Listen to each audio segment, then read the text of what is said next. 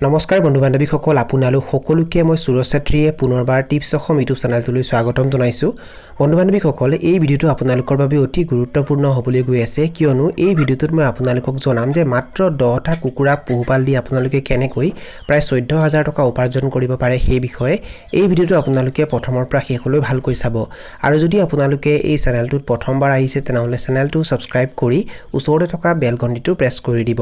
চাওক বন্ধু বান্ধৱীসকল, যদি আপোনালোকে 10টা কুকুৰা পোহপাল দি প্ৰায় 14000 টকা উপাৰ্জন কৰিব বিচাৰে তেন্তে আপোনালোকে তাৰ বাবে 10টা আৰায়াৰ কুকুৰা কিনিব লাগিব। আৰায়াৰৰ সম্পূৰ্ণ নাম হৈছে ৰোড আইল্যান্ড ৰেড আৰু আৰায়াৰ কুকুৰাক বিশেষকৈ কণী উৎপাদনৰ বাবে পোহপাল দিয়া হয় আৰু আৰায়াৰ কুকুৰাই এবছৰত প্ৰায় 300ৰ পৰা 320টা পৰ্যন্ত কণী দিয়ে।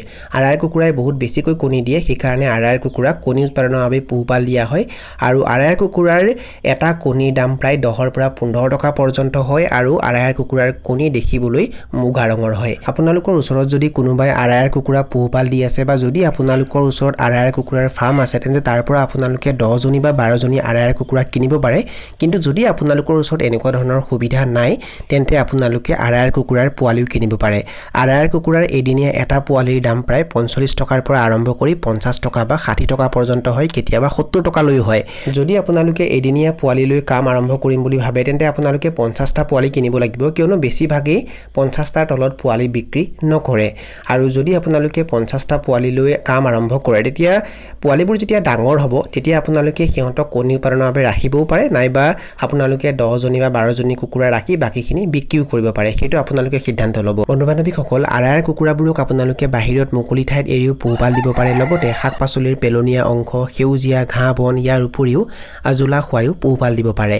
যদি আপোনালোকে দানাৰ খৰচ কম কৰিব পাৰে তেতিয়া আপোনালোকৰ লাভৰ অংশ বাঢ়ি যাব। আৰায়াৰ কুকুৰাবোৰক আপোনালোকে লেয়াৰ দানা খাবলৈ দিব। লেয়াৰ দানা খাবলৈ দিলে কুকুৰাবোৰে কণীও বেছিকৈ দিয়ে, লগতে কুকুৰাৰ কণীৰ কোৱালিটিও ভাল হয়। যদি আপোনালোকে 10 জনী আৰায়াৰ কুকুৰা পোহপাল দিয়ে তেন্তে 10 জনী কুকুৰাই এমাহত প্ৰায় 1000ৰ পৰা 1200 মান টকাৰ দানা খাব। যদি আপোনালোকে খৰচ আৰু কমাব পাৰে তেনেহ'লে ভাল, আপোনালোকৰ লাভৰ অংশ বাঢ়ি যাব। কিন্তু লেয়াৰ দানা আপোনালোকে খাবলৈ দিওঁতে কৃপণালি নকৰিব, বেছিকৈ খাবলৈ নিদিব, এটা জোখত আপোনালোকে খাবলৈ দিব আৰু দানাৰ খৰচ কম কৰিবলৈ কুকুৰাবোৰক আপোনালোকে বাহিৰত মুকলি ঠাইত এৰি দিব, লগতে শাক পাচলিৰ পেলনীয়া অংশ, সেউজীয়া ঘাঁহ বন বা আজোলা খাবলৈ দিব। এনেকৈ আপোনালোকে পোহপাল দিব আৰু 10 জনী আৰায়াৰ কুকুৰাৰ পৰা এদিনত আপোনালোকে প্ৰায় 8টা মানকৈ কণী লাভ কৰিব। আৰু এটা কণী যদি আপোনালোকে 10 টকাকৈ বিক্ৰী কৰে তেন্তে 8টা কণী বিক্ৰী কৰিলে আপোনালোকে কেইটকা পাব? 80 টকা। আৰু এমাহত যদি 10 জনী কুকুৰাই 1200 টকাৰ দানা খায় তেন্তে সেই হিচাপে এদিনত কেইটকাৰ দানা খাব? 40 টকাৰ। মানে এদিনত 40 টকাৰ দানা খাই 80 টকাৰ কণী দিব আৰু আপোনালোকৰ লাভ কিমান হ'ব? 40 টকা। যদি আপোনালোকৰ এদিনত লাভ 40 টকা হয় তেনেহ'লে সেই হিচাপে এমাহত আপোনালোকৰ কিমান টকা লাভ হ'ব? 1200 টকা। আৰু যদি আপোনালোকৰ এমাহত 1200 টকা লাভ হয় তেনেহ'লে সেই হিচাপে এবছৰত আপোনালোকৰ কিমান টকা লাভ হ'ব? 14400 টকা। মানে আপোনালোকে 10 জনী আৰায়াৰ কুকুৰা পোহপাল দি এটা বছৰত প্ৰায় কিমান টকা উপাৰ্জন কৰিব পাৰিব? 14400 টকা।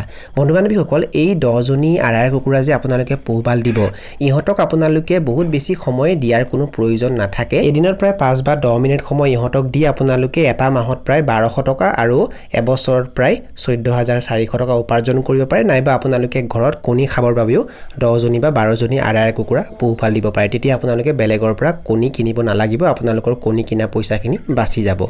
বন্ধু বান্ধৱীসকল, এনেকৈ আপোনালোকে আৰায়াৰ কুকুৰা পোহপাল দি এটা উপাৰ্জন কৰিব পাৰে বা আপোনালোকে ঘৰতে অৰ্গেনিক কণী খাব পাৰে। বন্ধু বান্ধৱীসকল, এইখিনি আছিল কিছু তথ্য আপোনালোকক জনালোঁ। আৰু যদি আপোনালোকে ভিডিঅ'টো চাই ভাল পালে আৰু ভিডিঅ'টোৰ জৰিয়তে কিবা এটা শিকিব পাৰিছোঁ বুলি ভাবে তেনেহ'লে অনুগ্ৰহ কৰি ভিডিঅ'টো লাইক কৰি দিব আৰু যিমান পাৰে ভিডিঅ'টো নিজৰ বন্ধুবৰ্গৰ মাজত আৰু পৰিয়ালবৰ্গৰ মাজত শ্বেয়াৰ কৰি দিব। এই ভিডিঅ'টো এইখিনিতে সামৰণি মাৰিছোঁ। ধন্যবাদ।